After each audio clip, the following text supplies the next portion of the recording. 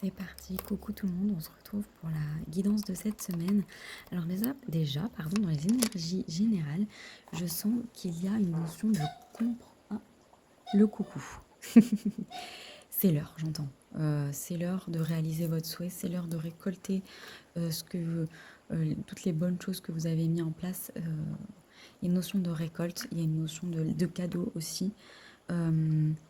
D'abondance en fait.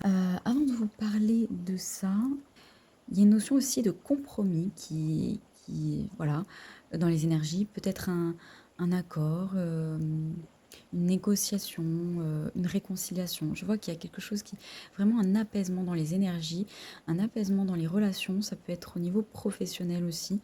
Euh, voilà, il y a plus de liberté, d'enthousiasme et d'épanouissement. Alors, il y a un animal totem qui revient en boucle et en boucle en ce moment, c'est l'animal du loup.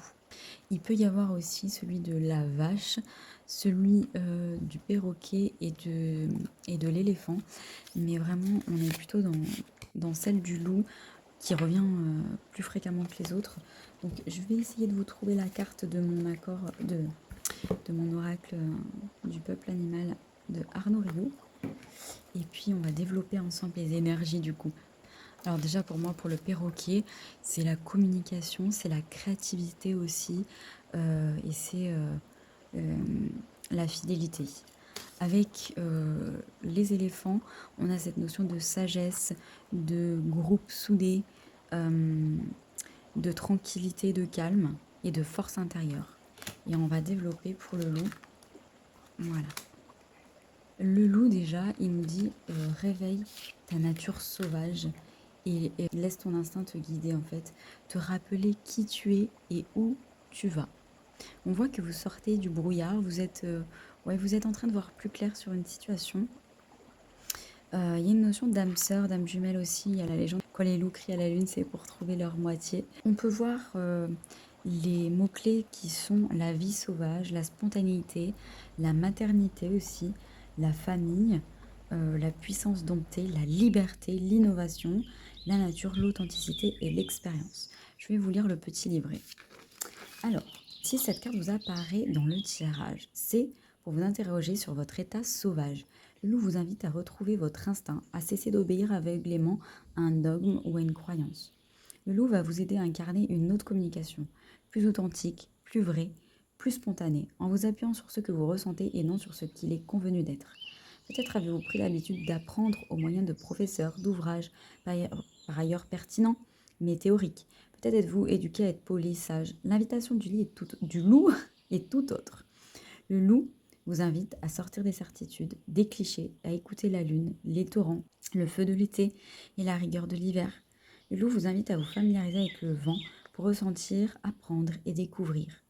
Le loup vous invite à marcher pieds nus dans la rosée du matin pour apprendre de la terre. Il vous encourage à cesser d'être gentil pour devenir vrai. Lorsque le loup apparaît, il vous pose la question de la liberté. Es-tu libre? Es-tu conditionné par les apparences, le statut social, les convenances? Le loup, plus que tout, est attaché à sa liberté. Le loup est prêt aussi au sacrifice lorsqu'un des siens est en danger. Pour moi, il y a aussi le loup est aussi, on dit qu'il est solitaire ici, mais il est aussi très famille, il est aussi très attaché aux siens, au clan.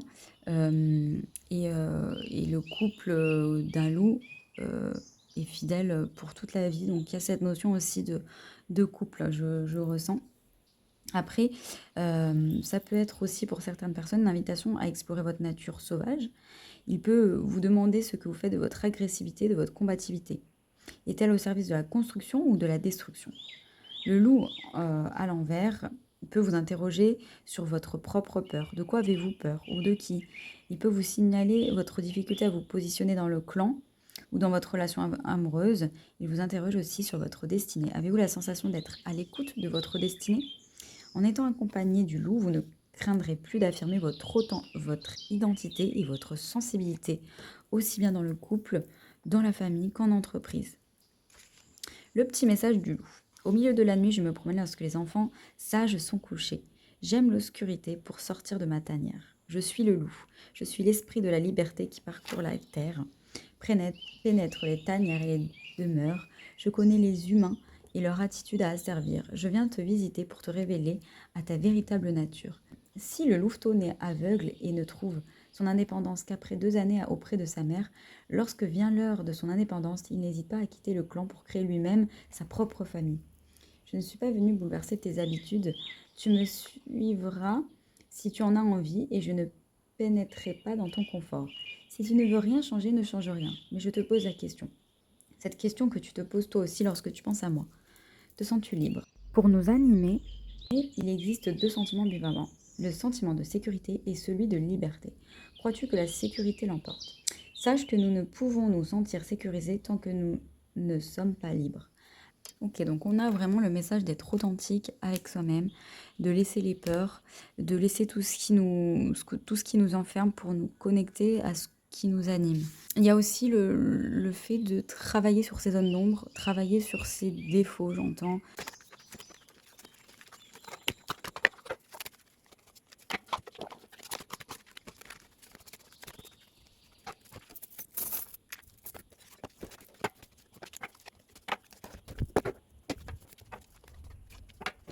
Alors c'est parti déjà au niveau des charmes. On peut avoir le monde avec le cœur. Donc pour moi, c'est l'amour inconditionnel. C'est aussi le fait peut-être de voyage, de correspondance, de déplacement. En tout cas, on voit qu'il y a du mouvement. Il y a du mouvement. Et le loup, il aime ça, hein, l'indépendance, il aime la liberté, donc peut-être les voyages. Avec la fraise, on a cette notion de plaisir de la vie. Voilà, des choses simples. On a aussi le fait peut-être de se nourrir sainement. Et le fait peut-être la maternité qui revient. Voilà. À voir comme ça vous parle. Et avec la croix, on a vraiment la protection divine. On voit que vous êtes protégé. Ça peut être aussi le fait de lâcher les sacrifices qui ne vous servent plus en fait. Et les mauvaises habitudes qui ne vous servent plus. Ce qui ne vous rend plus heureux. Ce qui vous bloque. De briser les chaînes en fait. Hein. Allez, on va développer plus loin. Alors, on va commencer... Ouais, on va commencer par celle-là. Qu'est-ce qu'on a? J'en étais sûre qu'elle allait revenir, celle-là, parce qu'elle était tombée tout à l'heure. Donc ici, on a ta mémoire est importante. Donc on retrouve un peu l'éléphant, la sagesse et la mémoire ancestrale. Chérie, tous tes souvenirs et aime-les. Donc peut-être de ton enfance, le loup, là, il me fait penser aussi à Mowgli. Il a été adopté par des loups. Il est aussi très dans les liens sociaux. On voit aussi peut-être que le fait de faire des voyages, ça va te créer de beaux souvenirs. On a Suis tes passions aussi. Le monde créatif. On voit que la création peut être bénéfique pour toi.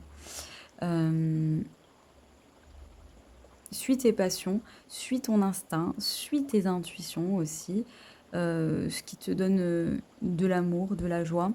Ça va être un peu ta boussole. Voilà. Alors, on a celle-là qui veut venir. Ah bah voilà. On a les sacrifices avec la croix, donc c'est ça. En fait, on vous dit l'amour, oui, par amour, par amitié, voilà, par engagement, on peut faire des sacrifices. C'est tout à fait...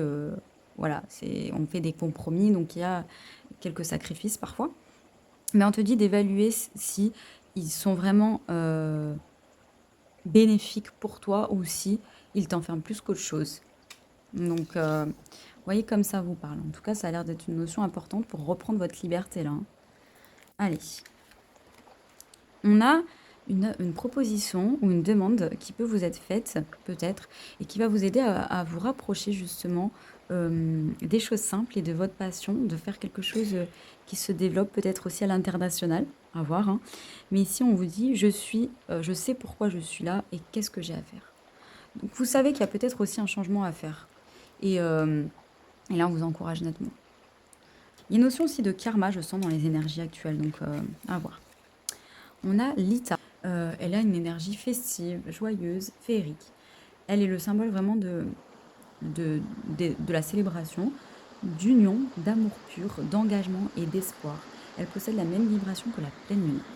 Donc écoutez, je vois que simplement lâcher quelques sacrifices, ça va vous permettre justement d'avoir une union pure, sincère, éternelle, hein, j'ai envie de dire, avec votre âme jumelle, votre âme sœur. Donc rapprochez-vous vraiment de ce qui vous... de la joie. Parce que ça arrive.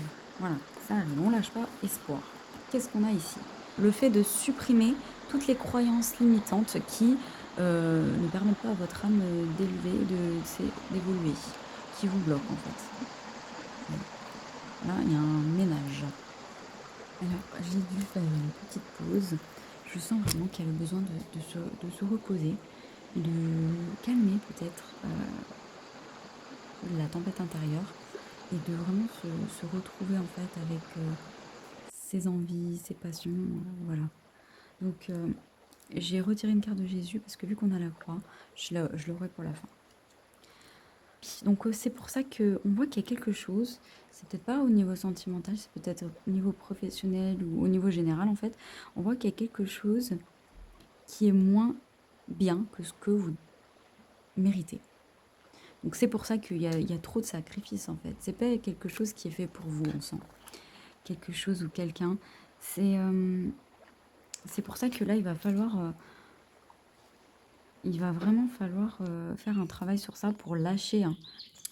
On a quand même le chakra racine. On vous dit ce que vos pensées, donc d'avoir des pensées positives pour décrire votre habitation, votre carrière, vos finances, car les paroles déterminent l'avenir. On voit que votre habitation, vos carrières, les finances sont protégées. C'est pour ça que je vous parlais aussi de cadeaux en début de guidance. Il peut y avoir des cadeaux de l'univers. Il peut y avoir des sommes d'argent, par exemple une augmentation. Quelque chose de gratuit aux courses. Enfin, il y a quelque chose où il y a un petit peu d'abondance financière et ça vous fait du bien d'avoir cette stabilité déjà au niveau du chakra racine. On vous dit d'être enraciné dans l'ici le maintenant.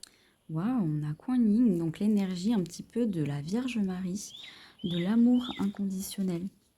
Ici, il y a beaucoup de douceur, de compassion, l'amour vraiment qui aussi invite à pardonner à nous-mêmes et aux autres, euh, et de nous aider à donner un petit peu de notre personne pour une bonne cause.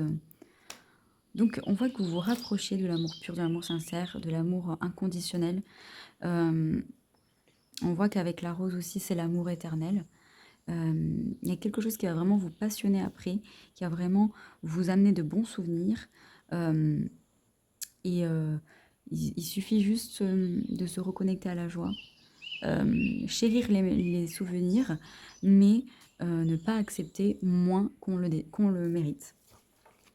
Et ici, avec Jésus, il nous dit qu'en fait, on peut lui demander ce qu'on veut, ça nous sera donné, à un moment ou un autre. Donc on voit que c'est, voilà, ça résume un petit peu. Ce qu'il y a, c'est que ce que vous attendez va arriver. Il y a peut-être pas toute la guidance qui vous parle, mais il y a peut-être certaines choses qui résonnent avec vous, et c'est celle-là qu'il faut retenir. Pas le reste. Ce qui parle pas, ça parle pas. On est d'accord, hein. Faut bien écouter son intuition.